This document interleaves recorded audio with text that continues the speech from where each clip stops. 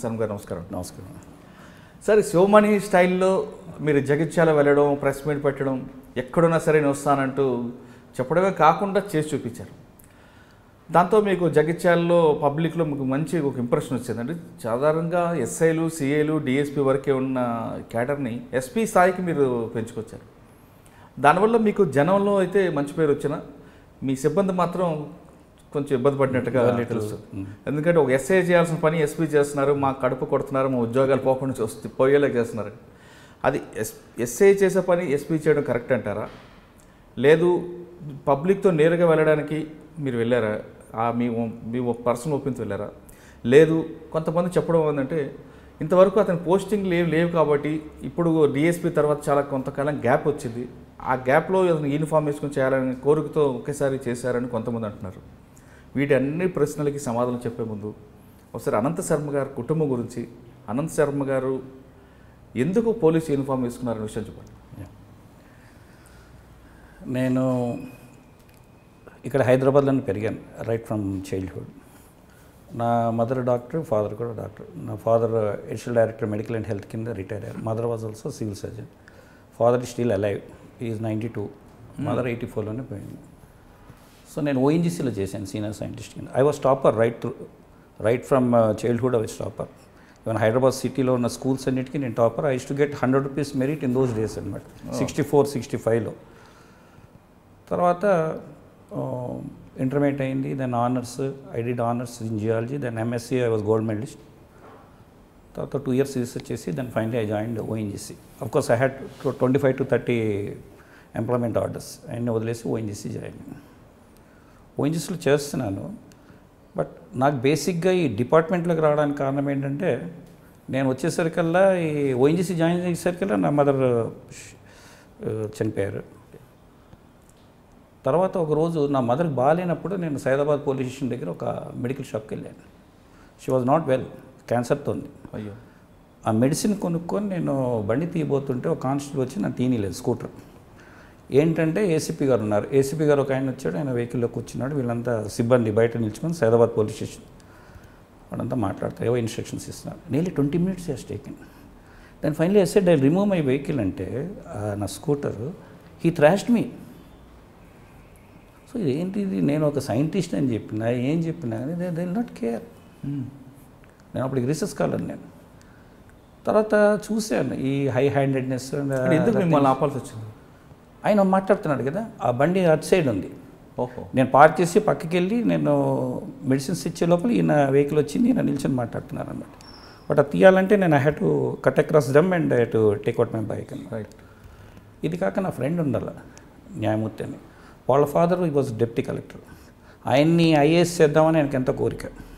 ఆయన చిన్నప్పటి నుంచి అన్ని కట్ చేసి clippings, he was it Kurnool RDO కింద వాటి కింద భువనగిరి ఇవన్నీ చేసేవాడు, పంపిస్తుండేవాడు. సో నేను చదివేవాడిని కూర్చొని. So I have seen him literally. భువనగిరిలో చూశాను, ఆర్డీఓ కింద, కర్నూలు సైడ్ చూశాను. హ్యావ్ సీన్ ఇంత చదువుకొని మన ఇంత సైంటిస్ట్కి ultimately the whole administration is in the civil services అని తెలిసింది. So we can do service to the people. So ఆ ఉద్దేశంతో బేసిక్గా నేను ఓఎన్జీసీలో ఉన్నప్పుడు గ్రూప్ 1 రాశాను. సో గ్రూప్ 1 ఫస్ట్ అటెంప్ట్లో I was in fact 3rd topper in the written test. ఇంకా మరి కొన్ని కారణాల వల్ల నాకు మరి ఇంటర్వ్యూలో they are not given me the required marks. So but నన్ను తీయలేకపోయారు బికాస్ ఐ వాజ్ టాపర్ కాబట్టి. So I was forced to join DSP post. Otherwise I would కూడా పోలీస్ బాధితుడే. బాధితుడు. లేదంటే నేను ప్రిన్సిపల్ సెక్రటరీ కింద ఉన్నాను ఈరోజు. అశోక్ కుమార్ గారు, మన Janardhan garu, Usharani garu, ever all from the same batch. So మొత్తానికి service oriented, we can do something. ఓఎన్జీసీలో ఉన్నప్పుడు కూడా బాంబేలో నేను ఒక హౌస్ రెంటెడ్ లీజ్ దానిలో ఉండేవాడిని. అక్కడ కూడా డీసీపీ ఇంట్లో ఉండేవాడిని. సో ఎక్కడైనా ఏదైనా ప్రాబ్లం ఉన్న ట్యాక్సీస్తో అట్లా ఆయనకు ఫోన్ చేసి immediately use to help. Then I seen what you can do అన్నది. You can do lot of service to the people. So that's how I thought okay ఒకసారి అటెంప్ట్ చేద్దామని చేశాను. సో లక్కీలీ ఫార్చునేట్ అనుకోండి, unfortunate అనుకోండి, I got in to this. If I would have continued in ONGC I would have become member. నాకు regular service 4 yearsకి ఇస్తారు.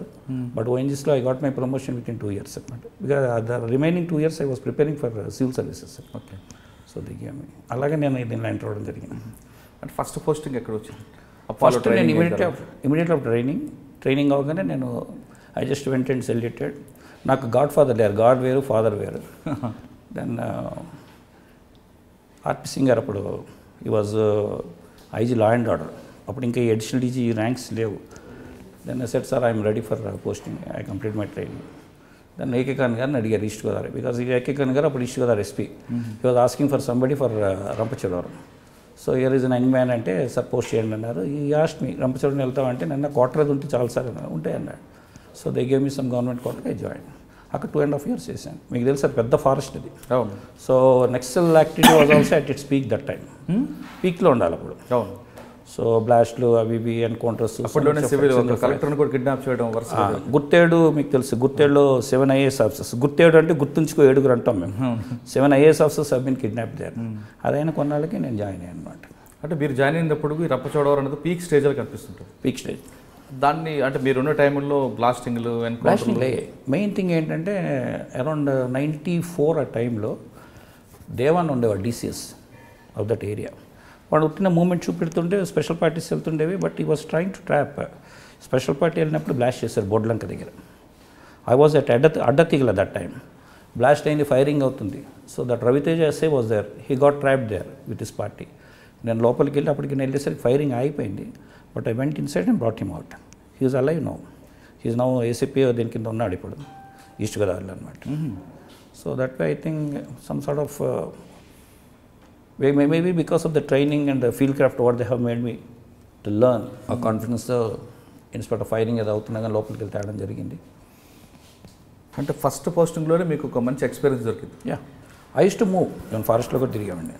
Motor cycles. మీరు ఉన్న టైంలో ఎక్స్చేంజ్ ఆఫ్ ఫైర్స్ ఎన్ని ఉంటాయి, ఎన్కౌంటర్లు ఎన్ని ఉంటాయి? అప్పుడు 3 అయ్యాయి మీకు. దెన్ ప్రజాపందత అయింది, so many weapons for recovered. In fact lot of activity ఉండాలి. Which to cover the whole area అనమాట. సో దానిలో ఇది major thing is this blast. So never they could make an attempt on any police station అనమాట. So అంటే exchange of fire దానికి encounter ఈ రెండు difference ఏంటి? రెండు వెరీ బార్డర్ లైన్ ఈ రెండింటికి మధ్యలో. ఎక్స్చేంజ్ ఆఫ్ ఫైర్ అన్నది it's a question of technical thing. Encounter అన్నది it's again in negative way people use it. Encounter అంటే మీ దీంట్లో ఎక్స్చేంజ్ ఆఫ్ ఫైర్లు ఎన్ని ఉన్నాయి, ఎన్కౌంటర్స్ ఎన్ని ఉంటాయి? అన్ని ఎక్స్చేంజ్ ఆఫ్ ఫైర్సే. We never took people and bumping. No bumping. It was ఫీల్డ్లో మీరు field target. So once you keep moving మీ పార్టీకి ఆ పార్టీకి ఫైరింగ్ అవుతాయి. We never picked up or anything. We work with morals and values అనమాట. For more videos, subscribe to iDream. And loads of fun entertainment and content, do watch iDreams. Do subscribe iDream Media. దయచేసి iDreams మీరు subscribe చేయాల్సిందిగా నేను కోరుతున్నాను. I am Dr. Nayak, DT Nayak. For more videos, please subscribe to iDream. Please subscribe iDream News. Please subscribe iDream. Please subscribe iDreams. మీరు చూస్తున్నారు iDream News.